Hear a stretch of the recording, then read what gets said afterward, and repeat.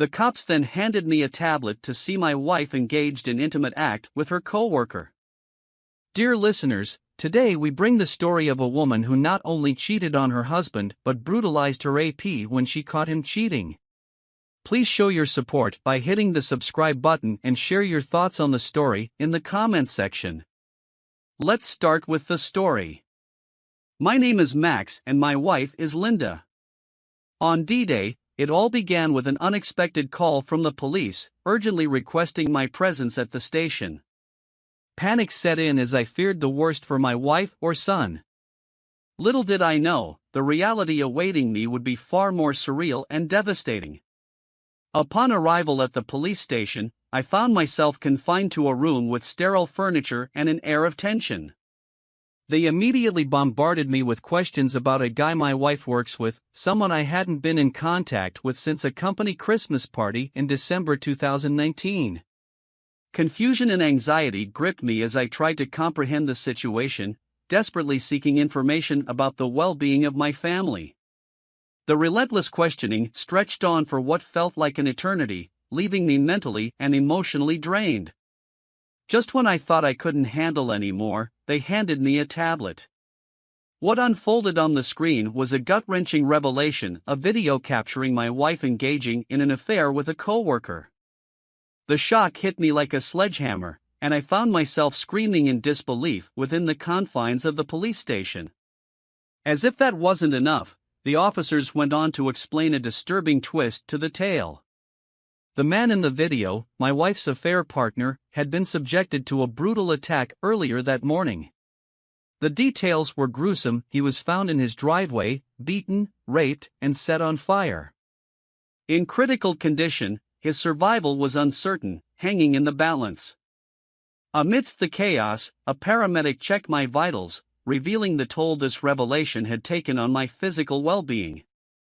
After the shock subsided, the officers advised me against returning home, suggesting a potential connection between the violent attack and the affair.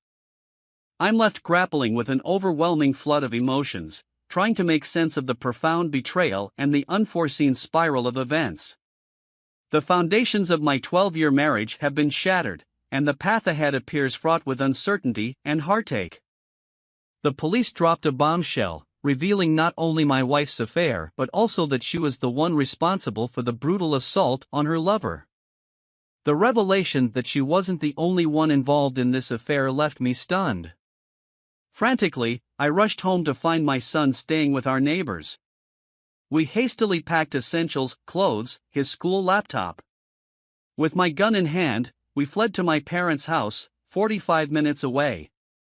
The weight of the situation clings to me like a heavy fog. Sleep has eluded me for over 30 hours. Desperation gnaws at me as my wife remains unreachable, her phone a perpetual voicemail abyss. The officer, who had handed me his card earlier, offers scant comfort, mentioning she's at the hospital with her affair partner. I'm sitting in bed, flanked by my son on one side and my .38 revolver on the other. My dad sleeps in a chair in the living room, a shotgun across his lap. The atmosphere is tense, and I'm grasping for any semblance of normalcy. As the hours tick by, the uncertainty gnaws at me. I'm lost, staring into the void of an unknown future. The very fabric of my 12-year marriage has unraveled, leaving me in a state of disarray. Every moment is a battle against the overwhelming emotions and the harsh reality that has consumed my life. Amidst the chaos, I'm attempting to recount the week that unfolded. My lawyer confirmed their ability to say and do almost anything, especially when not under arrest. The revelation that my wife wasn't at the hospital but rather in the psychiatric facility of the same hospital added another layer of complexity to an already bewildering situation. Waking up that afternoon, the world felt like a surreal nightmare. I reached out to my uncle's law partner, a family friend, seeking guidance in the chaotic aftermath. He rushed to my parents' house, and together, we delved into my options. Their entire law firm is now on my side, navigating both the divorce and criminal defense aspects of this nightmare. Suspicion toward law enforcement lingers after the revelation that they misled me about my wife's whereabouts. On that fateful Sunday, we managed to secure an emergency custody order and a protective order against my wife, extending protection to me, my son, and my parents. Our court date looms 60 days ahead. Monday arrived, and the police served my wife just as she was leaving the psychiatric hospital. According to her brother, she didn't take it well. She sought refuge with her parents for now. Despite the whirlwind, she hasn't attempted to reach out, and truth be told, I'm relieved. The woman I thought I knew is unraveling before my eyes, and I can't fathom facing her right now. With a heavy heart, I had to talk to my son.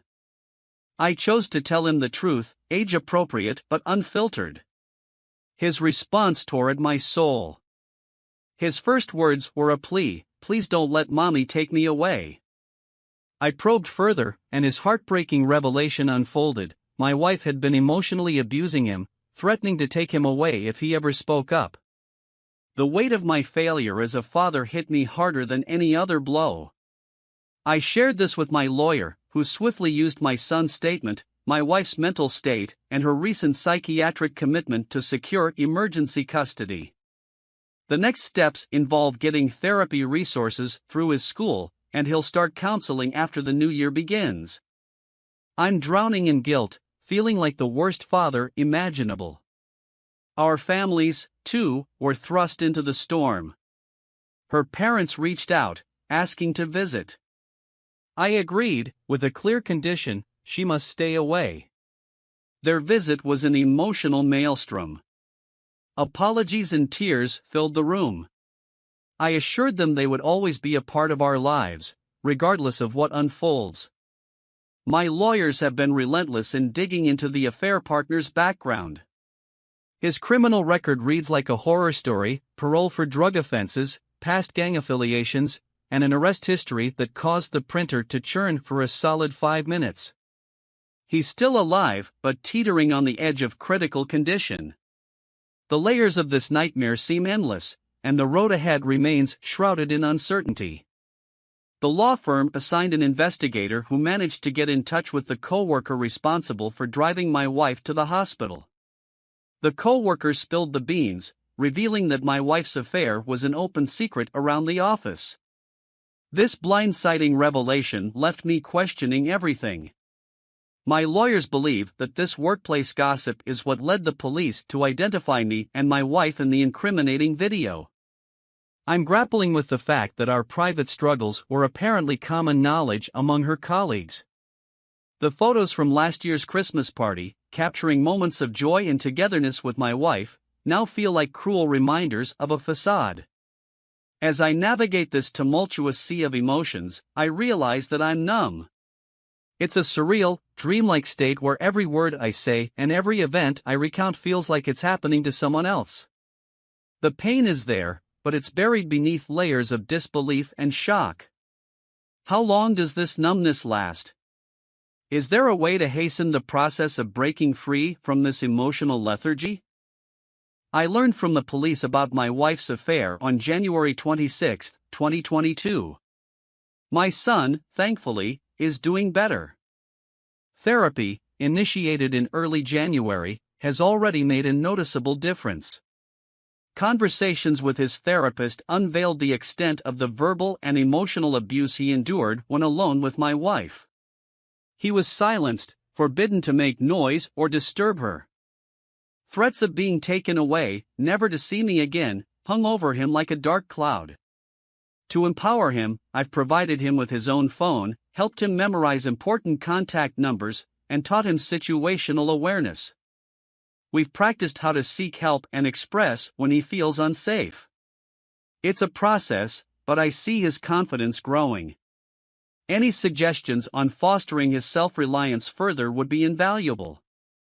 As for me, therapy has been a lifeline, offering a space to articulate my thoughts and feelings about the shattered fragments of our family.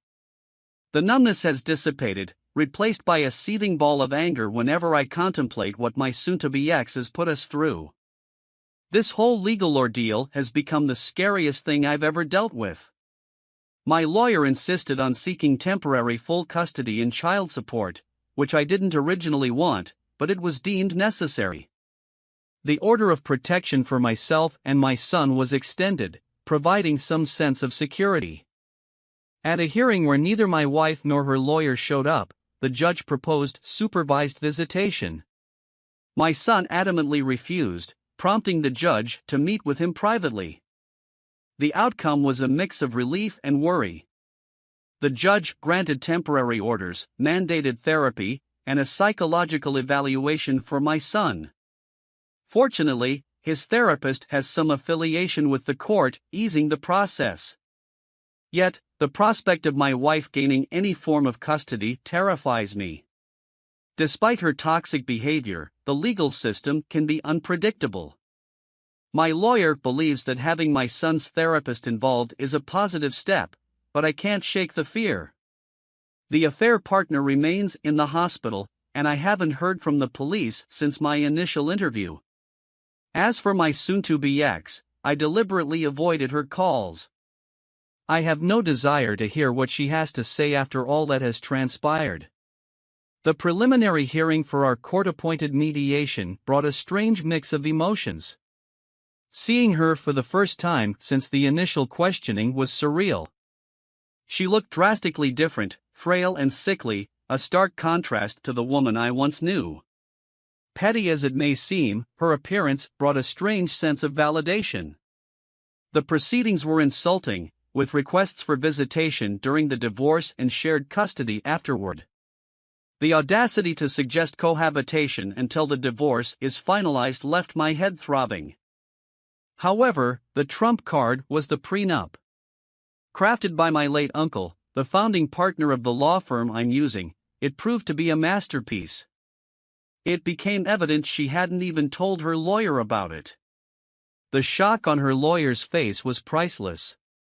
The prenup stipulates a clean 50/50 division of marital assets and debts, but our financial setup made this almost redundant. The adultery clause is another layer, eliminating any possibility of spousal support if either party is caught or admits to infidelity.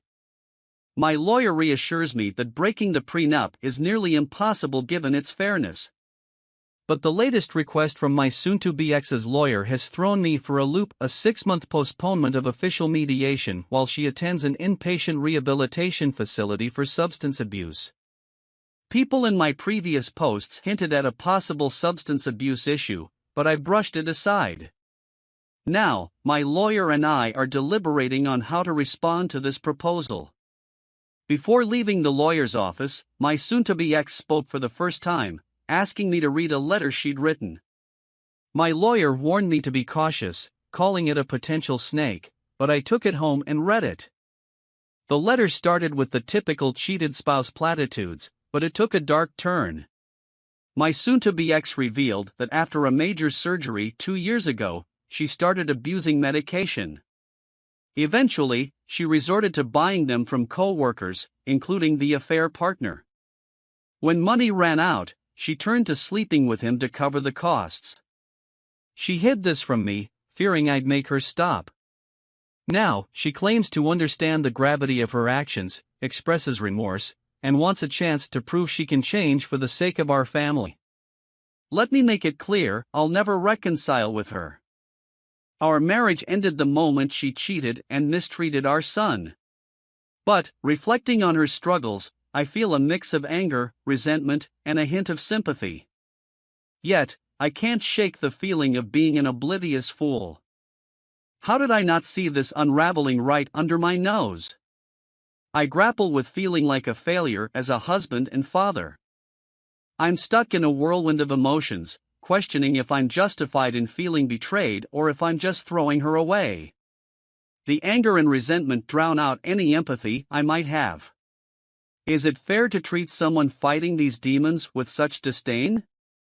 I'm lost and hopeless, navigating uncharted territory. Dear listener, if you have reached this far, please click on the subscribe button. It will be a great help.